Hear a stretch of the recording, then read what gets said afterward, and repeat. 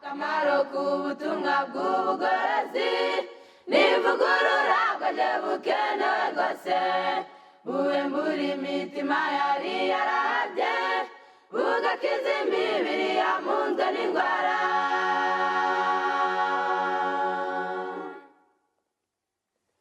Akamaro k'ubutumwa bw'ubugorozi n'ivugurura bwaje bukenewe rwose ivugurura iyo rigeze mu mutima riga ibyaha byari byibasiye umuntu ubwo imibereho igahinduka misha hashingwa umushinga wo kunezeza abandi.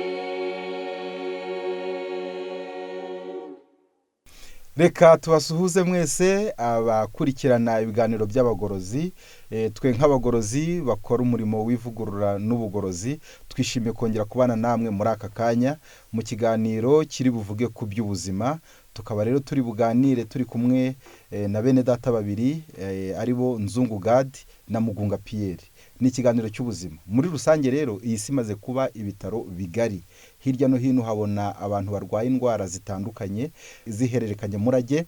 Hari indwara nanone zikira ariko zikibasira umuntu mu gahe gatoya iminsi 2 iminsi 3, ariko kandi iyo dusomye haba muri Bibiliya no mu bitabo by'ubuzima dusanga indwara nyinshi zizanwa n'amafuti mu byo dukora no mu byo tubamo naho dutuye. Ibyo rero akaba ari mpamvu twateguye iki kiganiro kiri buze kudufasha ku ngingo zitandukanye, nubwo indwara zitari bushireyo zose ariko inyinshi zibasira abantu n'izirembeje abantu muri iyi minsi y'imperuka turaza kuzikoraho.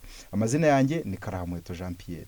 Reka rero tubabwire ko hari ibyo dukwiriye kwitaho mu jambo ry'Imana mu gitabo cya Yesaya igice cyaho ni cya 48 umurongo waho ni wa 18 niho hatubwira ngo iyaba warumviye amategeko yanjye uba waragize amahoro ameze nk'uruzi.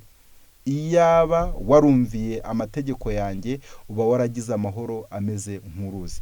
Rero amategeko y'Imana ahesha amahoro mu mutima, ariko kandi n'amategeko y'ubuzima ahesha ubuzima bwiza. Niyo mpamvu rero tugiye kwakira aba bari budufashe muri iki kiganiro. Ugiye kudufasha bwa mbere ni Nzungu Gad.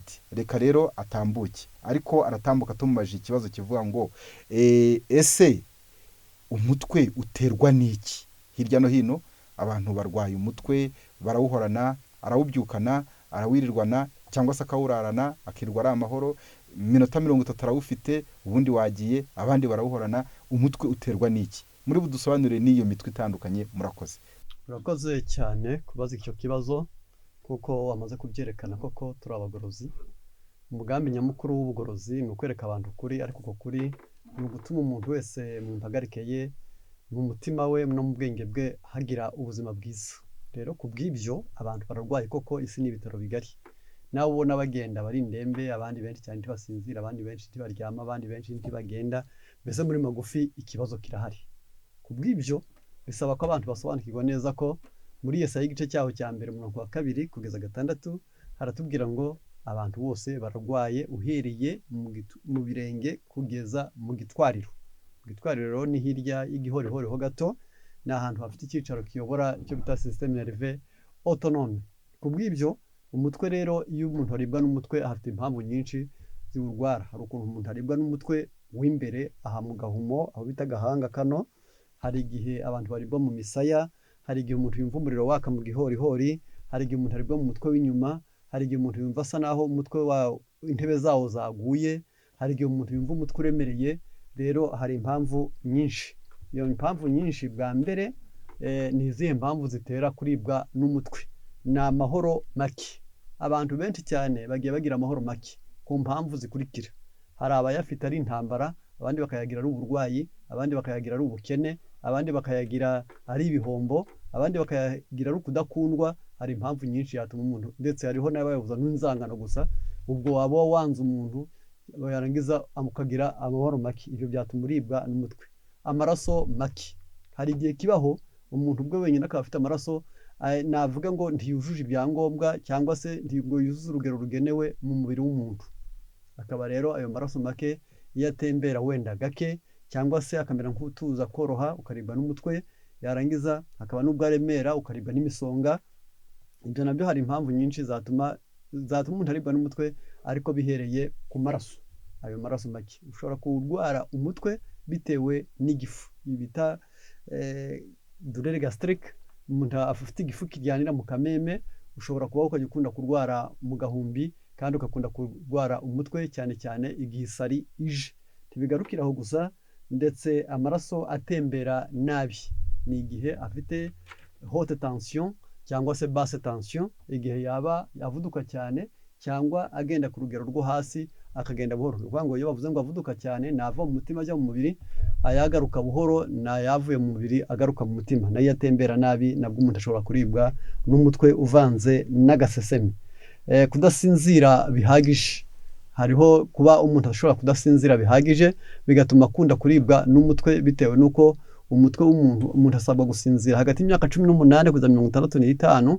Umuntu akwiriye kuba afite ibitotsi bingana n'amasaha 8 n'igice buri joro. Ubwo bivuze ngo kuva saa 3 kugeza saa 11 n'igice za mu gitondo, ubwo ni saa 3 z'ijoro.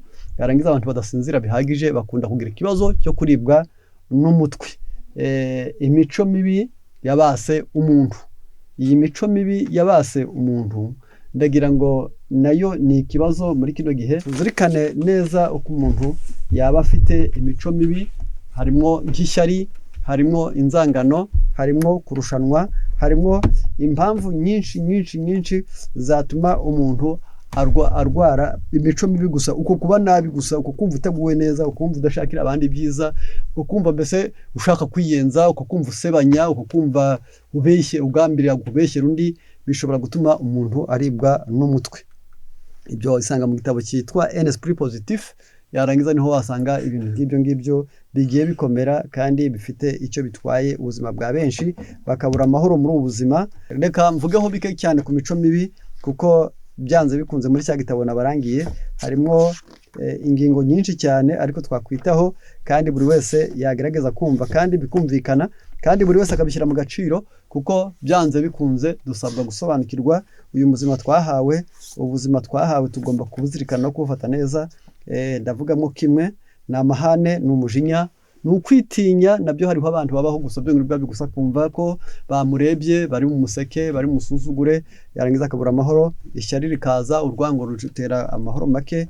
Yarangiza ibyo bita harcèlement moral, nko guhagikwa byonyine bwabyo gusa. Hari icyo bita harcèlement sexuel, yarangiza ni abantu usanga yabuze ibitotsi gusa byonyine bwabyo gusa, ari ukwirarira mufata nijoro agashigambirira kwigwa nabi, cyangwa se kudasinzira.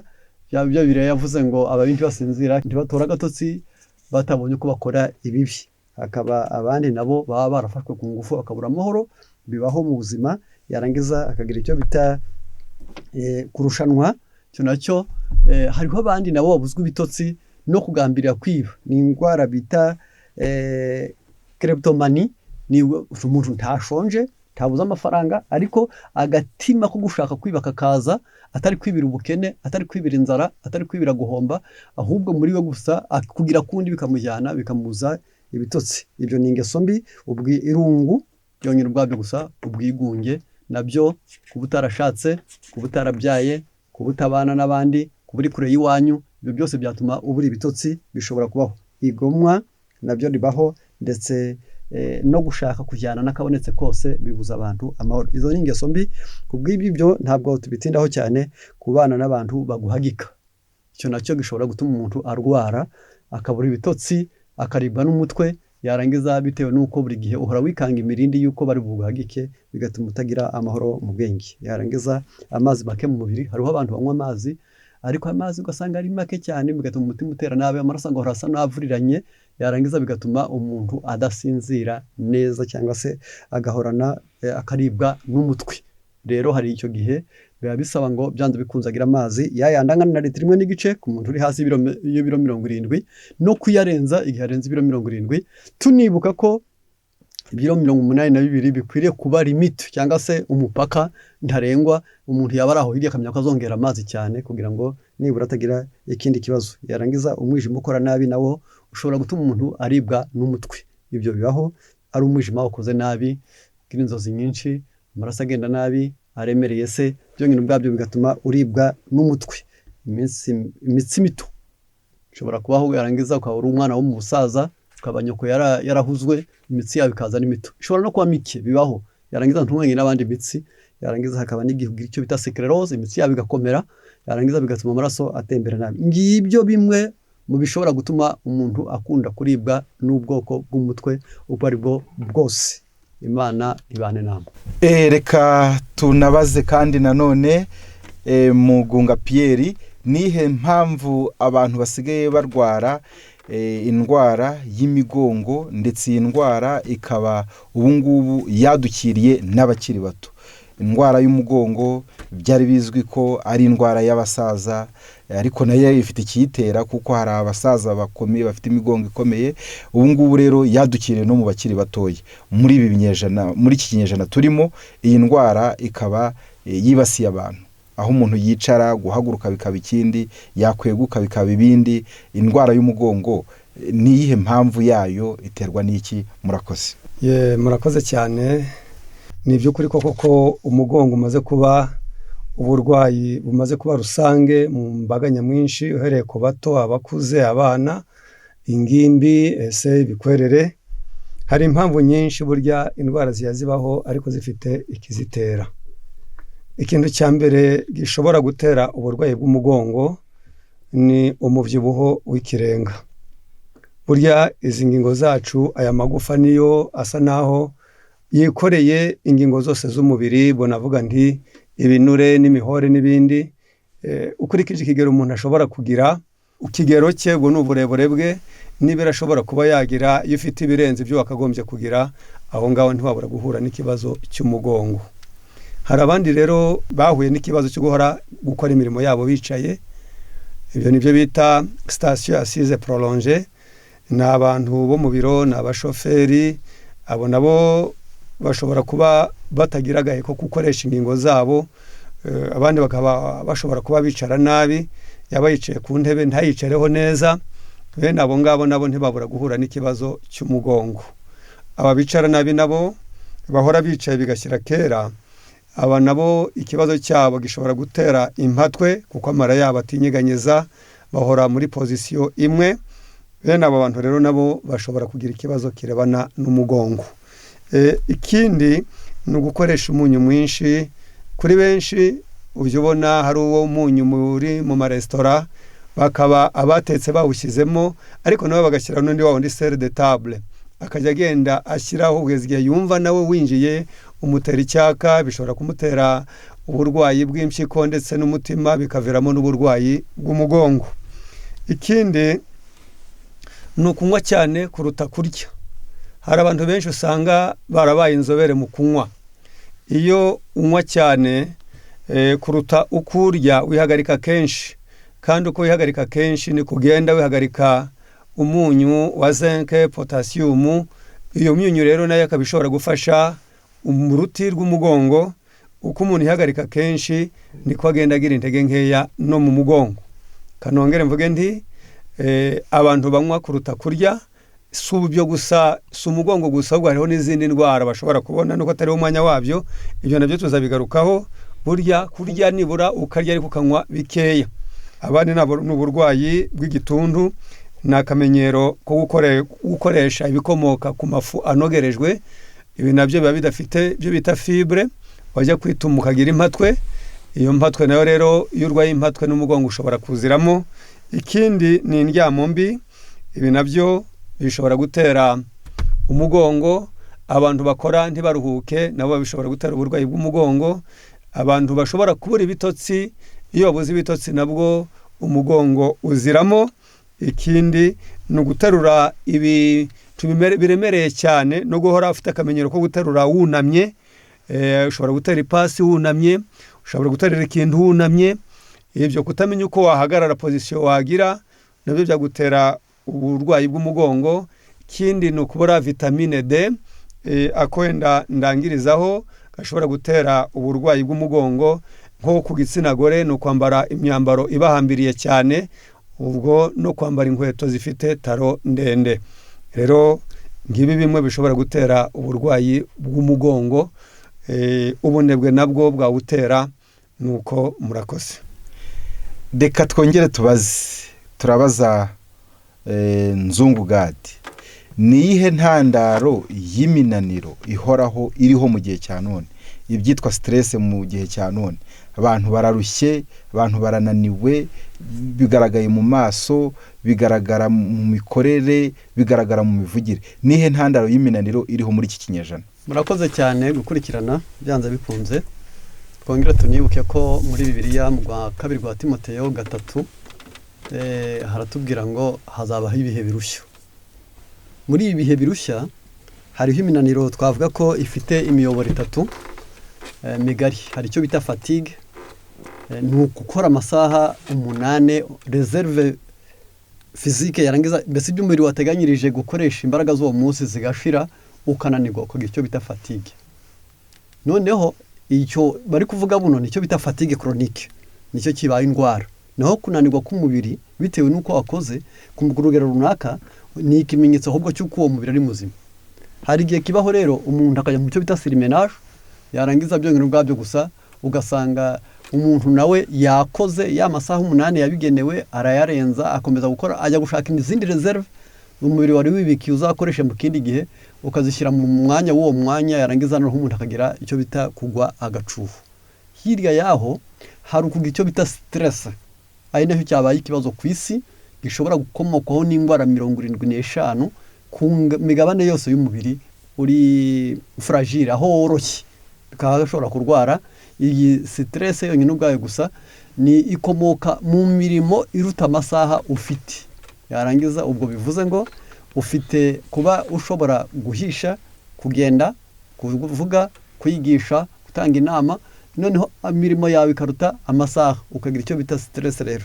Noneho kubw'ibyo ndagira nti ni imirimo inaniza iriho mu gihe nk'iki ngiki, ugasanga byanze bikunze abantu bakora imirimo ariko irenze imbaraga zabo.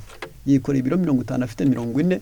Mbese muri magufi hari imirimo inaniza, gukorera kuri baranyica. Iyo niyo mvugo nziza nakoresha. Byongera ubwabyo gusa abantu benshi cyane nta kikuru kitagira gikuru cyacyo. Ariko muri kino gihe yaba ari abategetsi, umuntu wese afite mukuru we hejuru, yaba ari abayoboye ibihugo, hirya hari ibihugo bihora bagenzura, yaba ari n'ibyo bihugo bigira abo bita ngo ni ba droit de l'homme, yarangiza uburenganzira bwa muntu, bashaka impamvu naho zitari. Yarangiza mbese hafi umwana atinya ababyeyi, udatinya ababyeyi agatinya umwarimu, yarangiza umukozi agatinya nyirabuja, nyirabuja agatinya umugabo mubi, yarangiza umugabo mubi nawe umugabo mwiza agatinya umuturanyi, yarangiza ugasanga biraho gusa abasaza bari gutinya abana babo babeshijeho. Muri magufi umubare munini cyane uri munsi y'umutwaro wabaranyica. Noneho kubw'ibyo bigatuma stress ziba nyinshi cyane. Noneho gukoresha ubwenge ariho ukimara kuryo. Abantu benshi cyane bafite amasaha make yo kugera ku meza, ahubwo bagira amasaha menshi y'akazi. Bituma benshi niyo ugambiriye kujya ku meza ugasanga ufite ikibazo cyo kuba ushobora gusanga uwo kubigutegurira atabiteguye, ugasanga ahubwo yaryamye, ugasanga yatembereye, ugasanga yatetse ari no kuri televiziyo, yarangiza ugasanga undi nawe yibereye aho ateka kandi amesa. Hari undi utazi no kureba ku isaha ngo amenye neza umukozi atahira mu kurya, maze umukozi yajya kwera ku meza akarya ariko umutima ahagaze. Ibyo nabyo biri mu byo kurya bituma abantu benshi cyane bahorana umunaniro, aho usanga bagira icyo bita somnolence, bakimara kurya ugasanga ahundikira buri kanya. Guhatanira kurushanwa, byo bita competition. Ubuzima bwa none umuntu aravuga ati inzu abandi bafite ngomba kwigeraho, imodoka baguze nanjye ngomba kugura yiruta, yarangiza bagomba mbese akantu kose. Ibyo nabyo birananije, bitumye abantu benshi cyane bagira umunaniro kuko bakorera mu kurushanwa. Kurya amavuta nijoro, abantu benshi cyane mu gitondo, ibyo cyagihe cyo ko imodoka igisohoka mu rugo babanza kuri cyo bita entretien, ngo barebe ko ipine ari rizima, barebe ko rifunze neza, barebe ko amavuta arimo, barebe ko essence ihari. Ariko umuntu we akora ukundi, yaracuramye, ari mbese ari horo rythme biologique, ntabwo ahuje na gahunda Imana yahaye umubiri we. Kubw'ibyo yarangiza bigatuma ahubwo we abenshi bakora batariye, abandi bakarya intariye, iyo bita intica ntikize. Yarangiza ahubwo yajya kugera ku manywa cyangwa se nijoro akaba ari wabohotse, ubwo akaba ari wamutekera ibyo ashaka kurya byose ngo anezeregwe. Ibyo rero bigatuma byanze bikunze arya ibyo kurya, yarushye ku manywa, yakoje ashonje, yakoze byinshi, yarangiza none ariye byinshi nijoro, yarangiza akananirwa cyane, agahorana umunaniro. Noneho guhora mu murongo w'abihebe, icyo bita depression, muri kino gihe hari abantu bariho byonyine ubwabyo gusa ugasanga mu buzima bwe yaravuze ati ubwo ari nge ntibiza aho umutindi yanditse ntiriva ubwo ari nge ntibiri bukunda ubwo abajya ku ishuri ntibatsinda yarangiza ubwo ari ngewe ntibizera yarangiza ubwo ngewe abakiriya ntibari buze yarangiza niba banaje ngiranganye na runaka agahorera muri ubwo buzima buhora bwihebye butari aho ngaho iyo etat depressif yarangiza iri mu bintu bigoye abantu abenshi cyane za tiroide zarananutse abandi benshi cyane ubwonko bwaguye agacuho abandi benshi impyiko zabaye amazi yarangiza abandi amagufa aragenda yumagana abandi imitsi yabo yaripfundikanije nta kindi bitewe uwo munaniro ugatuma amaraso adasohora neza. Ingingo ya 7 ni ugukoresha intekerezo ntukoreshe impagarike. Hari abantu bafite ibyo bita ni service sédentaire ariko intellectuelle ahora yicaye muri biro ariko impagarike ni ukuva mu buriri yinjira muri douche akava muri douche yinjira mu modoka akava mu modoka yinjira muri biro akava muri biro yinjira mu modoka agasohoka n'undi aturiza mu rugo. Impagarike ye izi bitare DMDC amaguru yacu ntagenda kandi yagomba kugenda imitsi karambuka yunama umugongo ukarambuka yihenge kamara akarambuka yarangiza mbese muri magufi impagarike za benshi ntizikora. Hari n'igihe ushobora kubona umuntu arangije n'umwaka atari yasohora ibyuya kandi aho ari imyanda yagomba bitewe no kumubiri we utakoze. Noneho ku ngingo ya 8 ni uguhora imbere y'ibyifuzo bitagira ibisubizo ibyo bita vie insatisfait byonyine ubwabyo gusahora cyampi ariko iyo cyampa ntibone igisubizo. Ibyo nabyo binaniza ubwenge kuko byanze bikunze inzura yibona ukayifuza imodoka yibona ukayifuza umwana mwiza wa muntu ukamwifuza umugabo mwiza wa muntu ukamwifuza umugore mwiza wa muntu ukamwifuza intebe nziza wayibona ukayifuza. Ibyo les désirs insatisfaits ukohora buri gihe ibyifuzo byawe bitabonye igisubizo cy'icyo washakaga nabyo binanizwa umubiri. Abantu rero baravunitse cyane kubwizo mpamvu. Ku ngingo ya 10 ya 9 ni ukubana n'abatagukunda. Ubundi mu buzima mwene muntu il a besoin d'aimer et d'être aimé. Ntacyo wakora umuntu aho yaba hose akeneye gukundwa nashaka nugera no mu rugo n'inkoko ikwegereye ntikushomore akabwa kakubona kakuramutsa umuntu ko akeneye gukundwa n'inka yawe ukabona ije kuri gata wanezerwa noneho byaba ari akarusho abaye umuntu yakubona akagusekera yabona aho kwifuriza noneho ubwo rukundo iyo urugiriwe n'uwo washatse n'uwo wabyaye n'uwo muvukana n'uwo muturanye n'uwo mukorana biraruhura. Niyo mpamvu abantu benshi cyane babuze ubasekera babuze ubabwira neza babuze ubishimira babuze ubaganiriza neza bigatuma bahora bananiwe. Uwo munaniro naho ngaho. Ku ntambwe ya 10 ni indwara z'ubumuga zo bita maladie chronique. Nazo hari indwara zimunga ingingo amaraso ntaremeke ntatembere ntagera aho yagenewe amagufa gakonje amaraso agakonje cyangwa agashyuha cyane yarangiza izo ndwara nazo z'ubumuga nazo ziri mu bintu binaniza ugasanga umuntu araho gusa byo ndwara gusa afite icyo bita fatigue chronique ugahora buri gihe unaniwe. Noneho guhorana nawo wahemukiye ibi bintu byonyine ubwabyo gusa nabyo ni ibikibazo. Bibiliya iratubwira ngo niba umutima wawe utagucira urubanza uratinyuka imbere y'Imana. Iyo rero uhorana nabo wahemukiye urunamuti barambonye wahaguruka ati barambonye buryo bavuze niye ubwo mbatambutse ndetse benshi bagakebera inzira ku buryo hari naho batinya kunyura bagatinya naho aho bagira bakavuga ugasanga yabuza amahoro nta kindi. Uwagira ngo uyu muntu yemera umuti uruhura witwa gusaba imbabazi babandi yahemukiye nubwo bamubabarira cyangwa ntibamubabarire kandi akaba yarabwiye Imana ati mbabarira yagira umutekano. Ivyo ku ngingo navuga ya 12 ni ukumuzimiza ibyiringiro byo bita manque d'espérance. Niyo ngingo iheruka ibiri mu bintu binaniza byo ngirwa byo. Iyo uraho uzi neza ngo ndahinga ntibizera niga sinzatsinda ninsinda sinzashimwa yarangiza ninkora sinzishimirwa. Ibyo biri mu bintu binaniza abantu bananiwe kubwiyo mpamvu. Noneho imirire mibi imibanire mibi imico mibi kubana nabi. Imana ikwifuriza ubwenge ikakwifuriza imico myiza ikakwifuriza ubuzima biri mu bintu biruhura. Reka rero turuhukire mu masezerano yayo mu izina rya Yesu. Reka dukomeze tubaze Mugunga Pierre. Ni kuki abantu bagira ibitotsi bicikagurika ndetse abandi bakabura ibitotsi? Ashobora gukanguka saa 6 z'ijoro cyangwa se yenda saa 8 z'ijoro ntiyongere kubona ibitotsi. Yakongera kubibona hagira gakoma ibitotsi bikaba birangiriye. Undi we bugacya reba. ibyo ngibyo bikabaho mu buzima bwa muntu, kandi ibitotsi ni byiza, ni paradizo y'abakiri hano kuri iyi si. Reka tubaze rero Mugunga dusobanurire kuki abantu babura ibitotsi bakarara badasinziriye, ibitotsi bigacikagurika, ni iki kibitera? Ni byiza cyane kugira ngo abantu bajye bamenya ibibabuza gusinzira. Burya rero gusinzira iyo wabibuze ibitotsi ubuze kanini, byaba biterwa n'iki se kugira ngo abantu babure ibitotsi? Ikibanze gitera abantu kubura ibitotsi ni uguhangayika cyangwa se amahoro make. Ibyo muzabisoma muri Bibiliya, ni Zaburi 77 uhereye ku murongo wa 3 n'uwa 4, haranditse ngo nibuka Imana ngahagarika umutima, ndaganya umutima wanjye ukagwa isari, ufata ibihene by'amaso yanjye kugira ngo bidahumiriza, mfite umubabaro utuma ntabasha kuvuga.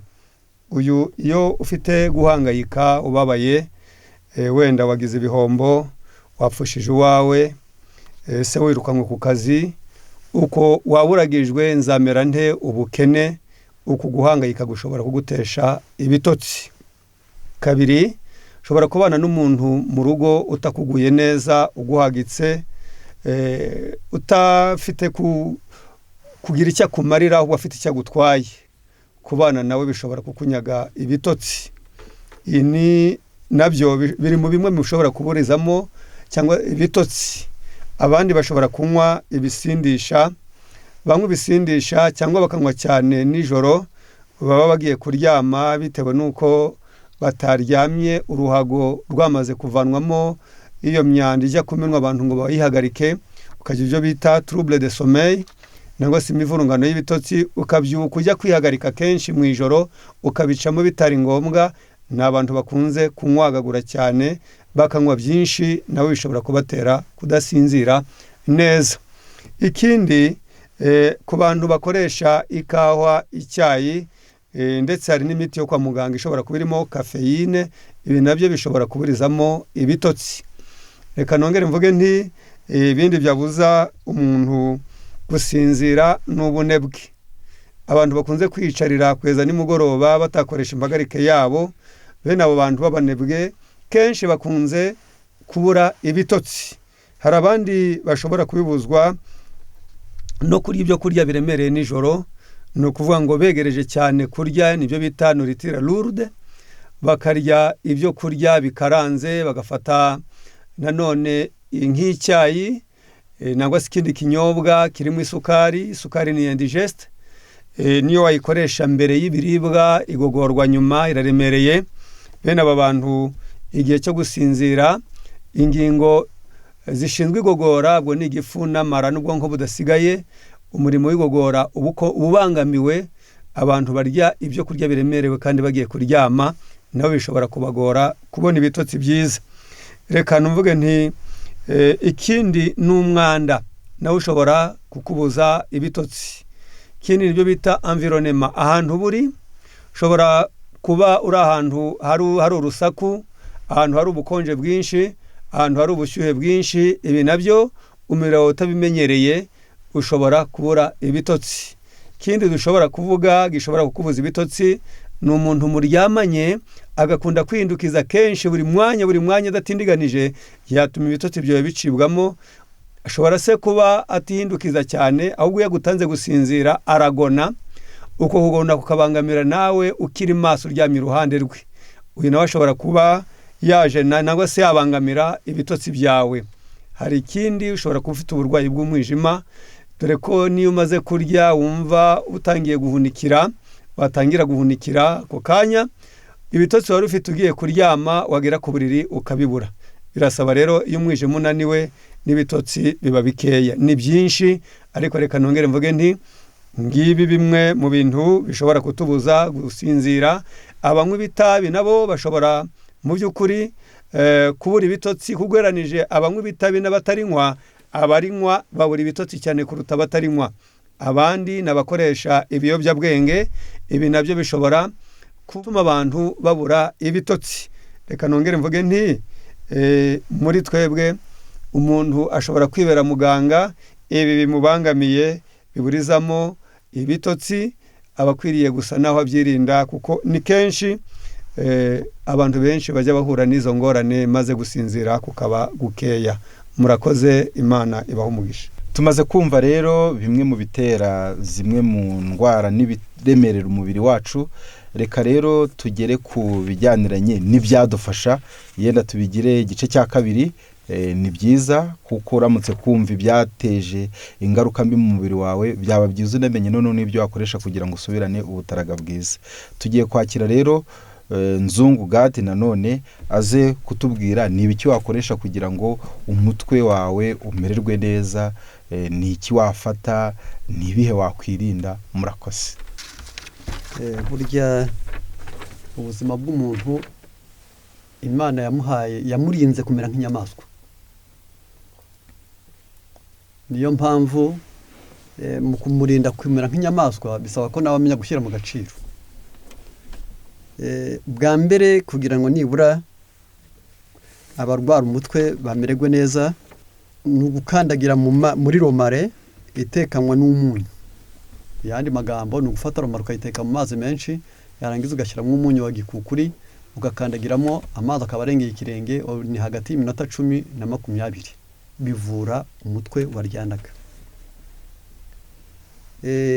Gabanya umunyu mu mirire. Iyo umutima utera nabi cyangwa impyiko zigakora nabi bitewe no gutinya umunyu cyangwa umwijima, ibyo nabyo mu mirire yawe gabanywa umunyu ube ku rugero. Burya ntibyemewe, nubwo tutari twagira abatetsi bari kompeta cyangwa se babishoboye, yarangiza akaba bahuzagurika mu gushyiramo umunyu, ariko umunyu ngo ntukwiriye gusuzumirwa ku rurimi, ahubwo dukwiriye kumenya ko hageze mu byo kurya gusa ngo bigire icyanga cyabigenewe.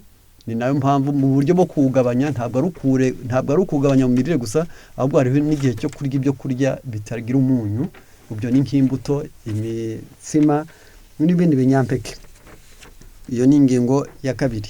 Ku ngingo ya gatatu, cagagura onyo uhambire ku ijosi. Igihe umutwe ugutunguye, iyo ufashe onyo ukayicagagura, yarangiza ukayihambira ku ijosi, ubwo ni ku ijosi n'igikanu, yarangiza nka 3 ukazicagura neza ukazihambiraho, yarangiza impumuro yazo iri mu bintu bituma umutwe utakurya cyane. Kubw'ibyo ntugarukiraho gusa kunywa amazi ahagije. Ibyo nabyo birakenewe mu gutuma umuntu amazi yahagije wihagaritse. Ese warigiye wagiye urugendo rurerure, ugomba kunywa amazi arenze ayasanzwe unywa. Igihe utari urugendo rurerure ugomba kunywa amazi ahagije igice cya litiro mu gitondo, ikindi ku wikendi nimugoroba ukaba ufite litiro 1.5, wabarenza bya biro 70 ukarenzaho, yarangiza ukanywa amazi ahagije. Ibyo bivura umutwe. Yarangiza 5 ni imboga mbisi zirimo erayo, ibyo ni salade. Ibyo byongera ubwabyo gusa, iyo abantu bavuga ngo ugomba bakeneye za regime, byongera ubwabyo gusa. Abantu bituma neza bitewe n'imboga, abantu batagira imyuka myinshi bitewe n'imboga, abantu batagwara igifu bitewe n'imboga, abantu bafite impyiko zoga bitewe n'imboga, bafite amaraso agenda neza bitewe n'imboga. Iyo babyongereyo umutwe nawo uragabanuka. Noneho ku ngingo ya 6, avoka, ironji na noix de cajou. Avoka iri muri bya bindi bita anti stress. Abantu bayirya ntibakunda guhangayika, byongera ubwabyo gusa. Imirimo yabo ijya ku rugero rwiza, kandi bagira ibibananiza, ntibagire sirimenage, ntibagire na stress, ahubwo bagira fatigue, yarangiza basinzira umunaniro ugashira. Byongera ubwabyo gusa, igihe cyose usinzira ukumva umunaniro udashize, uba ugomba kumenya ko stress yamaze kwinjira, cyangwa se umutima wateye nabi bigatuma ubyukana ubuti. Ibyo rero ukeneye avoka. Ironji ni anti fatigue. Abantu barirya barikarya biri mu gitondo, bakora imirimo yabo butaruha, bakazaruha ari uko nyine igihe kigeze kuruta gutangira n'umunaniro ukawusozanya. Noneho ibyo bita noix de cajou, zigira icyo bita magnesium. Yarangiza ni urya hagati, ni igipfunsi upfunyika ukazirya. Yarangiza noix de cajou guhera kuri 5 ku bana bato, 10 ku bantu bakuru, bituma bagira icyo bita magnesium, ukahora ufite ibyo bita bien-être physique et psychologique. Mu bwenge bwawe no mu mpagarike ukumva uguwe neza, bituma umuntu adakunda kurwara umutwe. Kubwirirwa ariko ntuburari. Ukwiriye kugira igihe runaka iyo bita jeûne, yarangiza ukabwirirwa, ariko yarangiza igifu kigafunguka, amara gafunguka, umwijima ukaruhuka, yarangiza umutwe ntukunde kukurya. Nguko uko bafasha abantu bagwara umutwe. Ngaho Imana izabafashe, ibahe n'imyumvire myiza. mu izina rya Yesu. Reka tugaruke ku ngingo ku kibazo cya kabiri cyari cyabajijwe Mugunga Pierre, ari nacyo kibazo cyari icya mbere cye ku ndwara z'umugongo. Mwamaze kuvuga ibibutera, ariko ni ibiki umuntu yakora, ni ibiki umuntu yafata kugira ngo yivure umugongo, kugira ngo yorohereze umugongo anawukingire. Reka rero tumwakire yongera dusubize kugira ngo tubone n'imiti biye kurangira kubona uko ufata n'ubiwutera, ahubwo tubone n'ibyo twakoresha tukikingira tukanawufata neza ugahagarara neza. Burya rero ni byiza kumenya kwirinda kuruta kwivuza. Ikiro kimwe cyo kwirinda kiruta ibiro 100 byo kwivuza. Abahanga mu by'ubuzima bagerageje kuvuga ngo reka ibyo kurya byawe bikubere umuti n'umuti ukubere ibyo urya. Ikintu kibanze usabwa gukora ni ukugabanya ibiro, nk'uko twabanje kwerekana ko kugira ibiro by'ikirenga nabyo byaba ari bibi, kuko ukongera ibiro niko uyongerera umutwaro amagufa yawe. Si nibyo gusa, ahubwo indwara nyinshi ziba uruhuri kuri wowe, nko kurwara ingingo, kurwara umugongo, kurwara umuvuduko, kurwara umutima, bitewe n'ubwiyongere bw'ibiro. Bisaba rero ibiro se ubigabanya ute? Ni ukwirinda ibinure bikomoka, urugimbu rukomoka ku matungo, ubwo ni inyama, ni amavuta y'inka. Ibi nabyo ukaba ugomba kubihagarika. Hagarika icyo bita isukari. Gerageza nanone gukora imyitozo ngororamubiri. Gira gahunda yo kurya 2 ku munsi. Ubwo ni ku bantu bakoresha mu by'ukuri bakoresha intekerezo kuruta uko bakoresha ingingo zabo, imibiri yabo. Bene basabwa kurya mu gitondo no ku mugoroba ku masaha adahindagurika, kandi ibyo kurya by'umugoroba bikaba byoroheje bitarimo amavuta, bakanabirya basigaje nibura amasaha hejuru ya 2 kugira ngo baryame. Ibizabashoboza rero nanone kugabanya ibiro.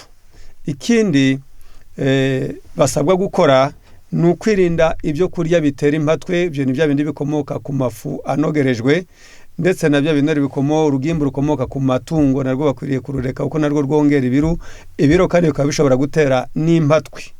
Ibi byaba byiza cyane. Ikindi ni ikiruhuko gihagije mu ijoro, kuko twasanze ko kubura ibitotsi nabyo byaba intandaro yo kurwara umugongo. Si ibyo gusa, iyo wabuze ibitotsi ubucya mu by'ukuri wananiwe, ugahunikira.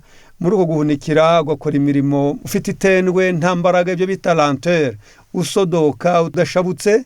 Ibindi bikaba bishobora kugabanya ibyo bita diminution de défense immunitaire. Ubudahangarwa mu mpagarike bushobora kugenda bugabanuka, maze indwara z'uruhu zikagutahaho bitewe no kudasinzira. Ikindi nibyo bita kubura urugwiro, nibyo bita mort prématurée. Rero nongere mvuge nti uyu mugongo iyo usinziriye neza, umugongo nawo uri kuvura. Usabwa kunywa amazi cyane, kuko amazi nayo arakenerwa mu magufa, arakenerwa muri buri rugingo rwose. Uko yakenera inyuma niko n'imbere abakenewe. Ikindi ku barwaye umugongo basabwa kwirinda ibyo kurya bikomoka ku mafu anogerejwe kugira ngo birinde impatwe. Ikindi gikurikiyeho ni uguhoma ibumba ku ruti rw'umugongo, uhereye ku rukenyerero ukageza hano ku gikanu. Utobesha romari ishyushye, bihamara isaha imwe, ni 2 ku munsi, babikora iminsi 9. Umugongo butangiye kuwuvura. Ikindi gikurikiyeho ni ukwicara mu mazi y'akazuyaze atetsemo romari iminota 15, 3 mu cyumweru, ukabikora igihe kingana n'ukwezi. Ushobora none gukorerwa massage n'amazi y'akazuyaze. Wajya muri sauna, ariko ufite umuvuduko n'urwaye bw'umutima ntashobora kujyayo, keretse abafite uburwayi bw'umugongo gusa, ariko batarwaye umuvuduko bo bashobora kujya gukorerwa massage. Rero ngibi ibishobora gufasha umugongo ukaba muzima. Kurya ibyo kurya bikungahaye muri vitamine D. Bajya bakunda kurya nibura avoka, bajya bakunda kuyikoresha. Amashaza yumye bayakoresha, ibijumba bakwiriye kubirya, maze imigongo yabo igakomera. Reka rero Imana idufashe, kandi inama zikomokaho abarizo tukomeza gukurikirana, maze turushaho kugubwa neza. Murakoze. Reka twakire nanone Nzungu Gad, noneho adufashe ni ibiki umuntu yakoresha kugira ngo umunaniro za stress zigabanuke zishire, umuntu akora ibintu atuje, akajagari kave mu mutwe, ari byo binatera izo za stress nk'ibyo yagiye atubwira bizitera nyinshi cyane, iyo minaniro ihoraho iri muri iki kinyejana. Reka rero tumubaze nize nawe umuntu yakurikiza, ni ibihe biribwa umuntu yanafata kugira ngo stress zigabanuke. Murakoze cyane, reka tumwakire. Tuzirikane byonyine ubwabyo gusa cyo twakora ngo tugabanye umunaniro. Muri Bibiliya haravuze ngo nimureke urushye aruhuke kuko ariho hari uburuhukiro. Ikintu cya mbere gituma umuntu umunaniro wamuke ni ukwizera Imana. Buriya mu gitabo kimwe cyitwa Vive sans stress harimo ijambo bakoresheje nakunda ngo haravuze ngo uza abandi aba ari umuhanga ariko uwiyizi niwe munyabwenge. Niko muzabisoma ngo celui qui connaît les autres est intelligent, mais celui qui se connaît est sage. Ubundi ubuzima muri kureba dufite dusabwa kumenya neza ko uwaburangaraho yaba ashenye ikigega cy'umunezero. Imana yonyine ubwayo gusa igufiteho umubyizi n'amahirwe menshi yakugeneye kuruta wowe. Wowe wigeza ku muhati yikakugeza ku migisha. Niyo mpamvu kwizera Imana biri mu bintu bya mbere bigabanya umunaniro. Kwirirwa imbuto no kurarira imboga. Ibi bintu birakenewe, gufata amoko agera muri 4 y'imbuto cyangwa 5 ukayiririrwa, nyuma ugafata amasarade agera nko muri 3 cyangwa 4, ubwo ndatanga icyitegererezo.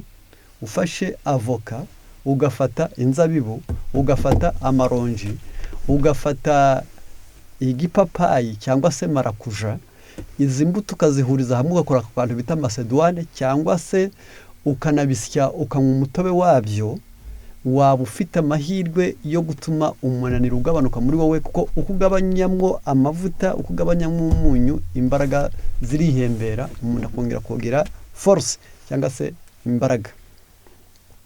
Iyo imboga uzifashe wenda ugafata nka onyo, karoti, beterave, yarangiza ugashyiraho imboga bita concombre, ugahuza ibi bintu, iyi salade yabyo iri muri kire bita depuratif. Iyo ubiriye, iyi rero bayita ngo ni jeune frugale. Bivuga ngo nukurya, nibyo Daniel yavuze ngo nta byo kurya nasamiraga. Ntabwo Daniel mu minsi 21 yabayeho atarya, ahubwo yaryaga ibyo kurya bidakurura umubiri, bitaremera, bidakungahaye mu proteine menshi, mu mavuta menshi, bigatuma ruhuka. Rero kwiririrwa imbuto no kurarira imboga wenda rimwe cyangwa kabiri mu cyumweru, uretse kurangiza umunaniro gusa no kuwugabanya, ahubwo bigira n'ikindi bifasha, kandi twakunda ko umuntu wese agira n'ubwenge buraruhuka. Ku ngingo ya 3 ni imibanire myiza n'abandi. Uburyo abantu bashaka kuruhuka umunaniro no guseka no kuririmba no kuganira no kwishima no gutega abandi amatwi, yarangiza ukagira mbese ibyo twakwita ruwaziri, ukagira ahantu ujya ariko mugaseka mukaganira mukabwirana udukuru twiza tutari amahomvu n'amatakaragasi n'inzika, ariko mukaganira. Ibyo nabyo biraruhura. Hebati kwiyuhagira amazi akonje nabyo biraruhura, bituma umunaniro w'umuntu.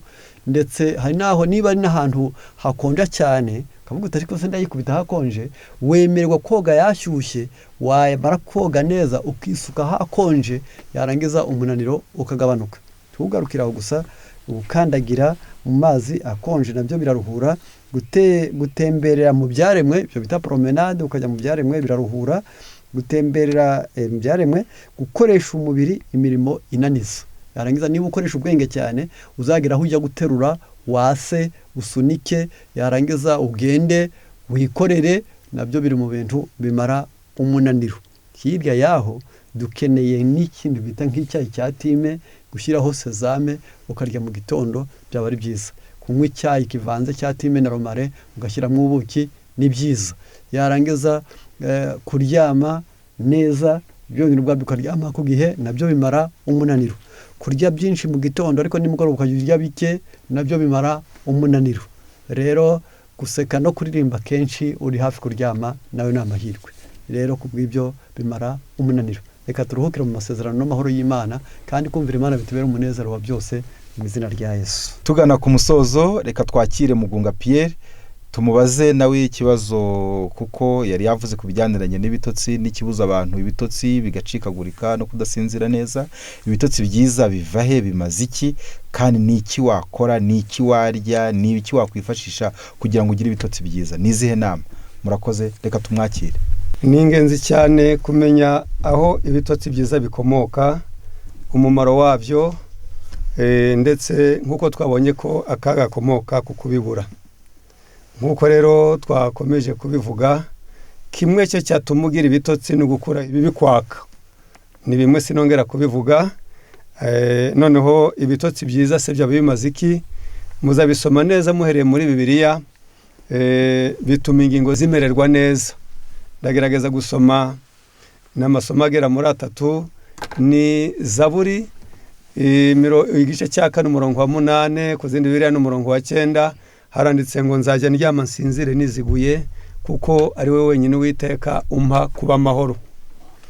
Hepfo harongera 3 umurongo wa 5 n'uwa 6, nararyamaga ngasinzira ngakanguka kuko Uwiteka ari uje undamira, sinzatinya ikintu kibi cyose kingoteye impande zose kugira ngo kindere. Ubu murabona ko mu buryo bugaragara amahoro atuma umuntu asinzira, kutagira ubwoba no kutagira icyo wikanga, nanone bituma usinzira. Amagambo ari mu mubwiriza 5 umurongo wa 11 haratubwira ngo ibitotsi by'umukozi bimugwa neza. Ubona ibitotsi bitera kugubwa neza, ndetse mu buzima bwa muntu berekanye neza yuko ibirebana no kurama, burya n'ibitotsi bitera umuntu kurama. Uwagiye abibura ajya agabanya ibihe by'uburame, bitewe nuko iyo umuntu asinziriye niho mu by'ukuri umubiri wongera kwisana. Uba wananiwe, wiriwe mu kazi, wakoresheje impagarike, wakoresheje mu by'ukuri ubwenge. Ubwo rero iyo ubwonko bwakoze usinziriye, imyanda ibuvamo, ingingo zari zananiwe, ibyo wariye birazisana. Wasinzira rero umuntu ibyo bita recuperation, sommeil réparateur, gusanwa kw'ingingo, nako kabaho umuntu aryamye asinziriye. Imyanda ikavanwa mu mpagarike binyuriye mu bitotsi, nabyo bigatuma ubyuka mu by'ukuri ukeye, dore ko umuntu utasinzira atabura umunabi, kwivumbura, amagambo mabi, ndetse ubute n'ibindi. Rero nanone iyo wasinziriye neza, imirimo ya mu gitondo ikoresha bukiye, umubiri wa waruhutse, imbaraga ziba zongeye kwirema. Nguyu umumaro w'ibitotsi no kongerwa kurama. Ikindi rero tuzasoma Imigani 3:24 haratubwira ngo nuryama ntuzagira ubwoba, ni koko uzaryama kandi ibitotsi byawe bizakugwa neza. Ubu kugubwa neza kw'impagarike gukomoka mu gusinzira. None ikindi ni Yeremiya 31:26 nongera kutubwira ngo mpera ko ndakanguka nsanga ibitotsi byanjye byanguye neza.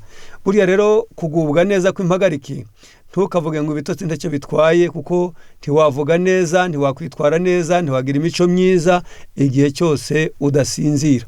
Kanongere mvuge nti wajya wibuka, kuko ubwonko bwongera, iyo bwongeye gutunganywa uribuka, ushyira ibintu kuri gahunda, ntube umunyabute, ushabukira, uriyumvisha, ntube ikemeratete, ureba kure bitewe no gusinzira.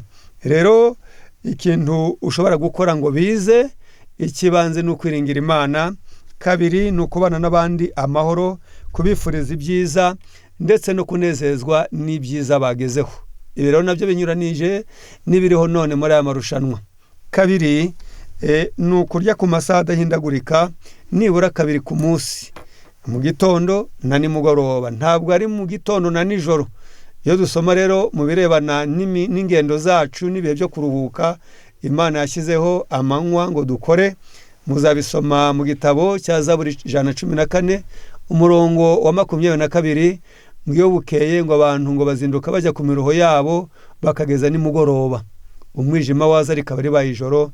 Nubwo isi tuguye nabi bitewe n'ubuzima, ariko ndagira ngo mu by'ukuri ababifitiye uburyo bajya bagira amasaha adahindagurika nanone yo kurya n'ayo kuryama. Ikindi kuri buri gaburo nibura hajya haboneka ikinyampeke kizagufasha kubaka ubwonko mu by'ukuri busanwe, bwubakwe, bukomere.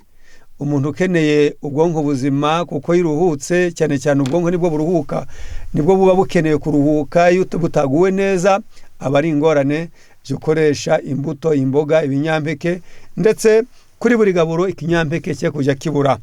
Ikindi rero ku bantu bagize ibibazo byo kudasinzira bajye banywa ubuki burimo buvanze na romari bonagatase cyangwa agace buri mugoroba. Ku bantu babaye imbata zo kudasinzira wafata nk'ibiyiko 2 ugashyira mu itasi y'amata y'ikivuguto mbere y'uko urya iby'umugoroba ujya kuryama, ubwonko bukaba buruhutse. Nanone ku bandi bashobora gukandagira mu mazi yakonje hagati y'iminota 3 n'5 mbere y'uko bajya kuryama. Ikindi mu by'ukuri bakora ni ukujya bagira umunsi umwe mu cyumweru bakiririrwa imbuto, bakararira imitobe y'imboga. Imana ibafashe rero, inama zawe zikomeze kutwubaka, ingingo zacu zisanwe, tubashe kuba ku isi turingira akamaro mu izina rya Yesu. Murakoze cyane kubakurikiranye iki kiganiro, kandi twizere ko cyabafashije byinshi. Tuzakomeza no ku zindi ngingo n'indwara zitandukanye, dore ko iyi si ari ibitaro bigari. Imana y'amahoro rero ibeze, kandi mwebwe ubwanyu umubiri n'ubugingo birarindwe kugeza igihe cyo umukiza wacu azazira. Turinde imibiri yacu kandi dukore dukurikije amategeko agenga umubiri ndetse n'amategeko y'Imana, kuko kubaha Imana nabyo bidufasha kugira ngo dukingire ibi byose. Reka tugane ku musozo tubabwira ngo mwakoze kwitabira, mwakoze gukurikirana. Namwe kandi abakibonye harashize igihe kinini gitambutse, twizere ko bitashaje ahubwo biracyabamereye neza. Ijambo ry'Imana rikomeze ribarema umutima, mugira amahoro. Murakoze cyane mu izina rya Yesu. Akamaro k'ubutumwa bw'ubugorozi n'ivugurura bwaje bukenewe rwose, buwembura imitima yari yarabye, bugakiza imibiri yamunzwe n'indwara.